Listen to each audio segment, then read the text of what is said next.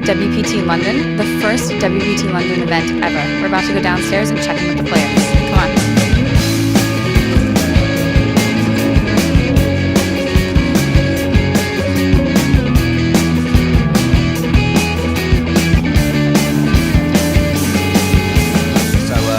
How are you finding the tournament so far?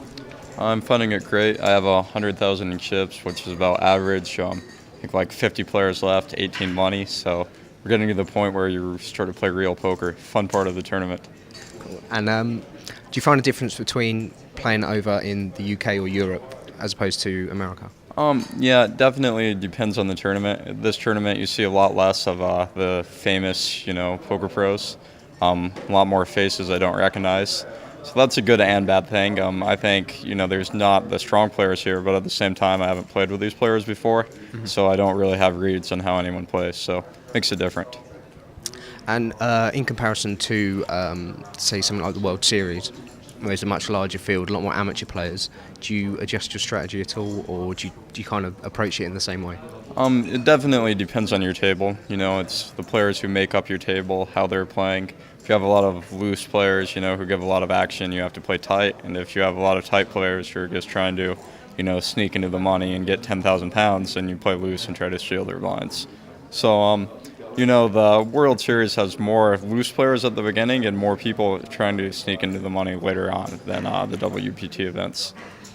Okay. And obviously you're a well-known online cash game player. Do you sort of adjust your strategy at all, or do you find it sort of fundamentally the same game? It's the same game, but at the same time, in cash games, you tend to find yourself with 100 big blinds or more. And at this stage in the tournament, everyone has 30 or 40 big blinds, so you have to make adjustments according to that.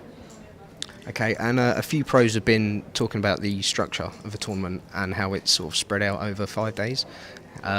What do you think about that? I mean, sort of, because it's going on until Saturday. I don't mind. Yesterday we played 7 levels, which is kind of weird for WPT. I think it's normally only 5. And I was feeling pretty tired. I started to play bad. So I didn't like that. But at the same time, I actually had one guy at my table who was like falling asleep after every hand. So I'm like, well, I'm not as bad shape as some of these older guys. So I like the long days.